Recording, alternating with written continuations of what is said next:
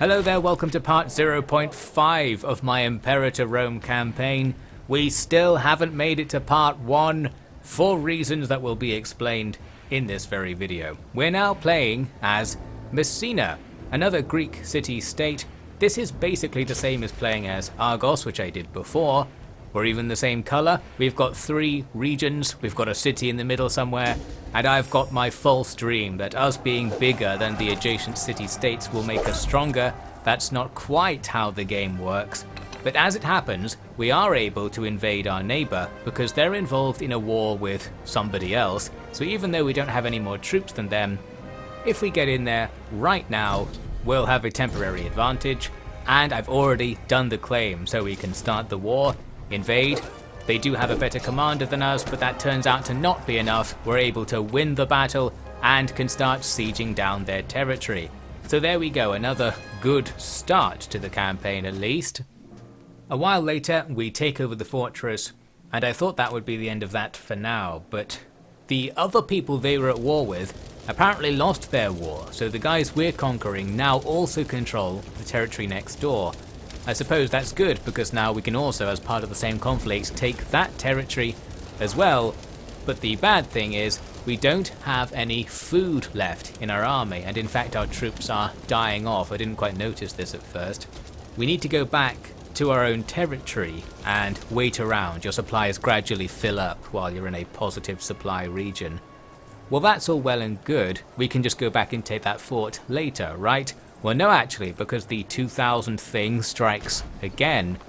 Our enemy use their new territory to re-raise their levies, and they can do so at full strength because it's the minimum strength.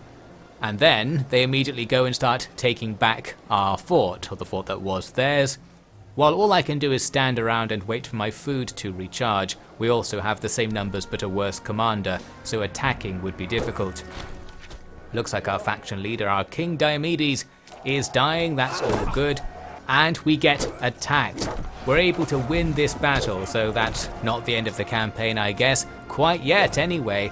We survive, but with all of those troops we just lost, we're in trouble because we don't have enough manpower to refill our levy back up to 2000. That means we can't reach the minimum troops needed to besiege a fort, and we can't make any progress in the war. Or can we? Here comes the surprise addition to the situation, and the reason I have no money. I hired a mercenary company from Macedonia to come down and just sort this out for me while I was waiting, and they arrive at this point. The thing is, they're so expensive to upkeep that we're also bankrupt by the time they arrive. Started looking around, trying to find ways to help with that. You can't really save money very much other than just getting rid of your troops, or your mercenaries in this case, since they're taking all the cash. There's another layer of complexity though, because the fact we're not paying them means you also can't give them any orders. I would like to just throw them in there, get the job done and fire them, but we can't do so while we're in debt, even though in practical terms we're in debt to them. I'm guessing we already paid them the money, but they're not confident that more's coming or something. Long story short, I lost a whole bunch of money, and the mercenary plan isn't going to come to anything. In the end, I just had to fire them, so we just lost like 100 gold in their sign-up bonus and whatever I paid them as they walked over here. Very inconvenient, but the financial situation will stabilize once I get rid of them at least. Now after a few months we'll stop being bankrupt and the game will stop being angry at me for that. So we end up just waiting again. We need to charge up some more people to try and do our siege.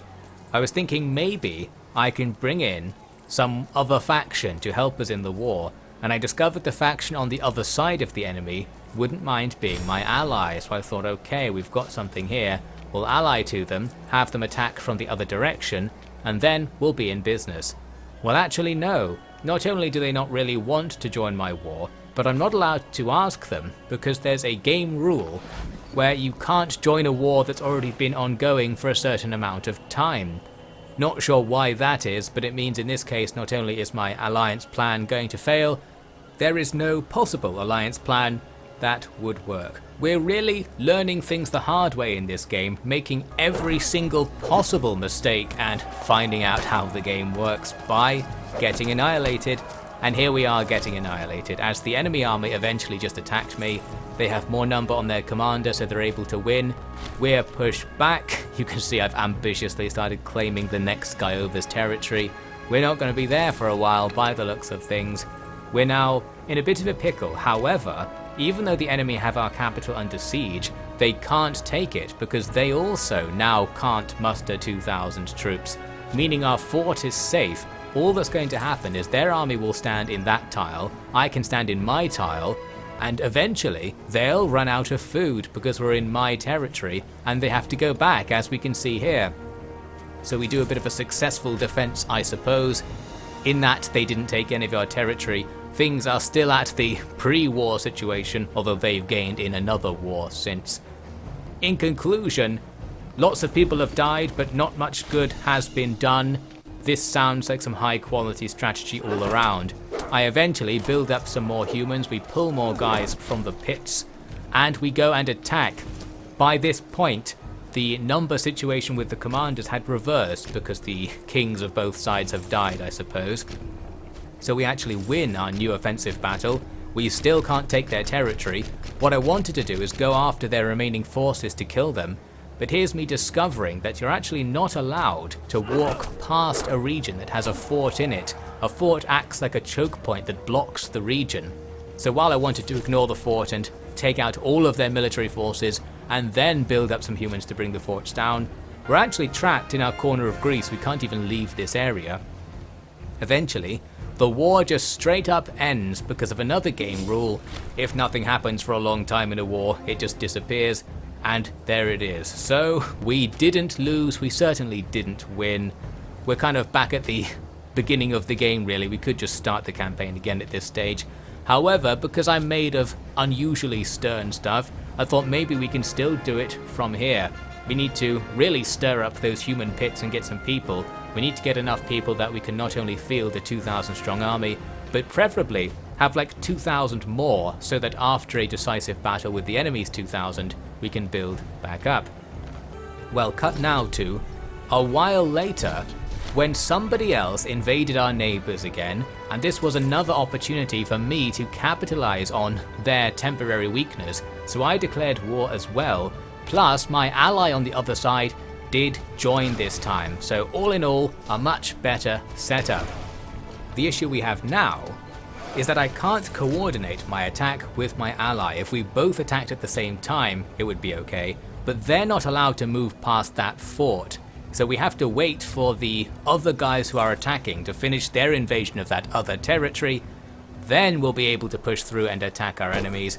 Well, we don't even have to do that because by the time I'm able to attack, the other guys did it for me. The risk now is that the other guys will claim all this territory, box us into a corner, and that will be the end of that. The entire mission will fail. Well, as it happens, they're going to go and focus on the other territory over the river. We're going to focus on the one I actually want with my allies, and things are okay. A true miracle. Over a decade of military campaigning, many thousands of deaths and several dead monarchs later, we've done it. We've taken one region. Quite a few more to go. I was impetuous to get into our next war against our neighbour, and I even had the chance to enter the war I'm looking for right here. Our ally is in a war with Ellis, the guys who I'm bordering here. I decided to not join the war, which, as it turns out, causes your alliance to be cancelled. So we just lost our ally, much to my confusion, and all I'm doing immediately after not joining the war is starting the same war. The reason is I wanted to be the one pressing the claim. I was worried that if I'm in the war our allies are conducting, I won't be able to get the territory I need. I'm not sure that's how the game works. I think I could have joined the war there and still got the same result. Well, we're learning everything the hard way, as mentioned, so we do a bit of negotiation, and we do get the situation I was going for, because the alliance is back on after asking. They immediately want to end the alliance though, because they hate me. The reason they hate me is for not joining their war. So while I actually am now in their war, it's also my war. It's a little bit different, while functionally the same, but worse. All good. Well, the war starts off okay. We take the enemy's territory, their troops are distracted elsewhere. However, now we reach another stumbling block. It turns out they have a level 2 fort. That means you need 4,000 troops to be allowed to make the siege start, which we not only don't have, we can't have. So we can't take their territory unless our allies are there with us. To get our allies over here, we need to fight our way through this revolt faction that controls the tile in between us. I can demand military access. I thought maybe they'll just let us walk past because we're not interested in this revolt faction. But this demand access thing is essentially an ultimatum where you're fighting for military access. I said okay, and this starts a war with that revolt faction. Very inconvenient because, of course, like any force, they've got the magic 2,000 troops and they're now going to be in our way. Well, not in our way actually, in this case they're in our allies' territory. They'll be in our way shortly. Anyway, it's inconvenient to have another 2,000 block added to the enemy's pile, suffice to say. So now us and our allies are about equal with the enemy we're facing. I decided to actually use that access at least and go over there. We can capture the revolt's fort to end that war, but the Ellis army starts coming back towards me. This means a battle is nigh. We're going to see what happens. I think we do have a defensive advantage because we're on a mountain tile. However, the revolt also comes and joins the fight on the enemy side. Our allies just walk off and don't help. I get distracted by somebody trying to buy stuff off me, and overall, we lose.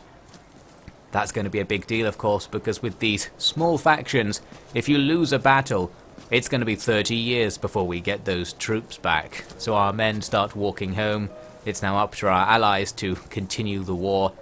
Well, they actually do okay, because by the time we come back with some more humans, things are looking better. Things somehow sorted themselves out in such a way that our allies are now trapped on our side of the mountain and are forced to conduct this war with us. Well, that's handy. What I wanted to do now is find some way to coordinate with them to push to the west and just finish Ellis off. We can just end the war with them right now if we would both advance. But I can't find any way to ask your allies to do something. They won't obey any sort of coalition orders or something like that. So they end up actually leaving the war after we stood there for a long time, and they start going home. I end up fighting Ellis on my own here. You can see our allies are just on the tile, not participating. Not really going very well, is it? We're struggling to make even the smallest amount of progress, and every time it seems like I've made that progress, I immediately get set back by a new thing that I hadn't considered yet. Well, at least our war against the rebels is over. That's something off the plate at least. Now it's just Ellis and their 2 territories. They don't have that many troops because we killed a bunch of them in that battle, but we need 4,000 or more to end the war, and for that we look to the mercenary menu. There was a group of 4,000 troops I could hire, the cheapest group available. They're across the sea. I thought that wouldn't be an issue, but it is an issue, as it turns out. At first I thought it would be like in some other Paradox titles, where I can just tell them to get over there, and they'll find some ships somehow. They are standing on a port tile. I also can't tell them to go out to sea, and this is where I have to appreciate in the game that you do need to build ships to move troops by sea. Now theoretically we can still do this. We have a few ships. However, their commander is so disloyal to me that I'm not allowed to give them any orders. So we can't move them over using that method either. I can still order them to walk back. I mean, you can walk all the way around the Mediterranean. However, we're going to be paying them the whole time, and we just had to disband them basically. It would be too expensive to wait for them to show up. So we're back to the position of not being able to conduct the war. After waiting for some more time, the enemy's ally comes back to life. Not quite sure where they were, but they were not participating in the war for a while, but they've respawned their block of 2,000 troops, and here they are coming to save their ally by kicking us out of their territory. We're able to actually win this battle, just about, even though we had fewer number. Perhaps our commander was better, can't remember. But the main takeaway is that we've just lost most of our troops. Again, this is the thing with fighting in this game. Even when you win, you lose basically everything. So a big setback in a situation where you can't easily get troops back, which will be the case for most factions. Now it looks like the gods are threatening bad things at us. We're going to try and ignore them for now. There's really not much we can do without hiring those mercenaries at this stage. And while I was sitting around not really doing anything again, the enemy came back with another 2,000 troops. I don't know where all these people are coming from. I wish I could find another 2,000 troops. But anyway, they're back. And obviously now they simply have a lot of number and there's not much we can do. So it looks like this war is not going to be a success. I did consider trying to get some sort of good peace treaty where I'd become their vassal or something. We'll talk about peace treaties another time because I've got some more interesting peace treaty footage. In this one, I was able to end the war without losing that battle, thus saving a few guys. If I gave my territory I took at the start away. So now Ellis has 3 territories and we have 3 territories. We're equally strong, I guess, although they have 2 forts, which makes them more annoying to attack. Looks like I'm just doing the 1,000-yard stare and not moving the mouse for a bit, trying to calm down and process how badly everything's going. I'm not sure if there's something that could go more wrong than what we've seen in my current Imperator campaigns. Well, I suppose there's this, which could have happened earlier. Our neighbour Sparta just invades after a while and absolutely annihilates us. They had like 7,000 troops, just nothing you can do about that. And there we go, we actually straight up lost the campaign, so I suppose we did worse than last time in that I didn't have the nerve to rage quit earlier. Good stuff, but we will not be defeated. We're back for the exact same campaign again, and we've already won the first war, and better than last time, because when I invaded my neighbours, they also invaded their neighbours and took their territory at the same time. So when I defeated them, I got both of those territories, giving us a stronger start than before. Most of this area is filled with these defensive leagues and alliances, so there's not that much we can do differently. Attacking Ellis is really the main good option because they're not so involved in all of this politics. They are though allied with the guys across the strait to their north, which made me think instead I should go for those Dine guys, the purplish faction on the very edge, because they'll only have 2,000 troops. They're not going to be pulling in tons of other factions or anything like that. So I was planning to go for them. I did start a war with them, but it looks like I didn't move out to attack them. However, an excuse to go over there and attack them then appeared, because Ellis had a revolt and asked me to join their war. Maybe I asked them, but we ended up in the war against Ellis's revolt faction, allowing me to move on over there and attack them. They've actually got a decent commander there. Fortunately, somebody else steps in and starts doing the work for us. So now we can just follow up. Because that army has no morale, if I was to attack them, they would just automatically lose. We don't even need to do that though, because they disappear. I think it's because Ellis took back the territory they're from. It despawned the revolt. So that's all good. Whatever happened, I've ended up moving through Ellis's territory. Now I'm in this Dine or Dime territory, and we can start taking it. Or can we? I had to go back because I didn't have enough supplies to take their fort. So now I'm sitting in my territory trying to replenish those supplies. Meanwhile, some other guys have started invading Dime, including my own allies. That's going to be an issue for us because it takes us so long to get our supplies back that the enemy are completely defeated by the time we arrive at the front line, as their territory has now gone to other people. In fact, it's all gone to my ally by the looks of things. So inconvenient really. I was looking to gain something there. We didn't necessarily lose anything, it went okay. It just ruins my plan a little bit. We could still try and attack somebody else or go for Ellis again, but the diplomatic situation was not quite ideal for finding somebody to focus down at this stage. It's just inconvenient that you can't get more than 2,000 troops. It really comes back to that every time. We have 5 times as much territory as your average 2,000 troops deployer faction, but we're still deploying 2,000 troops.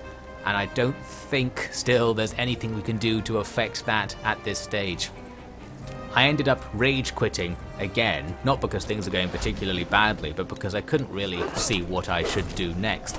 However, we didn't completely quit. We're back again for our third Mycenae campaign, and here is the opening moves. We're again trying to just take our neighbour as before, but this time it doesn't go very well, because even though we still got the distraction where they lose a bunch of their troops before we invade, there's a bit of RNG involved. In particular, you have to have your king lead the army, and your king's stats are a bit random every time you restart the campaign.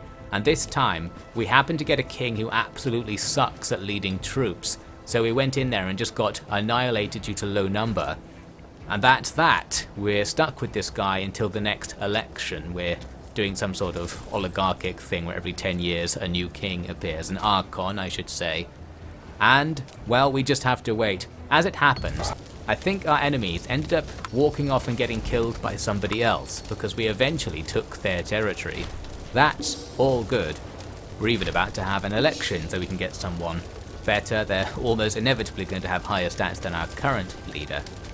I wanted again to push to the north and take some more territory from someone, but things go badly this time. I can't quite remember the diplomatic situation, but you can see the military situation is bad. We end up at war with, I think, Dime again, but they end up having loads of troops, or maybe someone else from across the strait is getting involved. Essentially, a battle starts. The game actually said I was going to win this battle right here, so I didn't try to avoid it starting, but we lost that battle. We did have far fewer number, and somehow our collective enemies up there have quite a lot of number between them.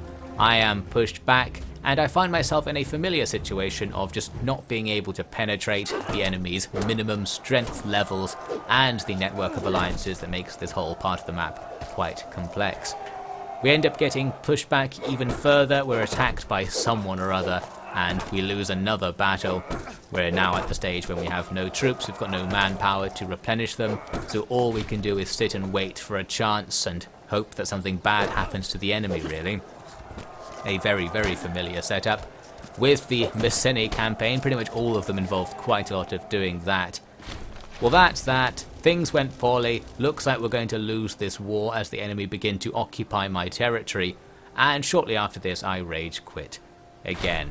So that's the end of the Mycenae campaign for the third time. However, I did play Imperator Rome again after this. I'm actually not going to show you what happens in the next part, because I was only playing this game to tide me over until the Rome Total War remaster comes out, and at the time of recording I was just sent an email saying I'll get early access the week before or something, so I'll start playing that. But once that's over, we'll come back for some real Imperator Rome campaigns where things don't go poorly. You can see what I'm checking out. Epirus, they're actually in the list of real factions you're supposed to play as. They start with more than 2,000 troops. Overall, a revolutionary upgrade in terms of our power. We may actually be able to do something here. So one day, we'll make it to the point of seeing Imperator Rome Part 1 Abridged campaign. But in the meantime, we'll go and play as somebody else in Rome Total War, and then swing back to this game. Will be nice to compare them very directly, since it's the same time period and place, but with two very different styles of game. So thanks for watching this, whatever this was. Write your sympathies for me in the comments, or your angry rants about how bad I am, or something in between. Should all be good. I'll see you next time for something.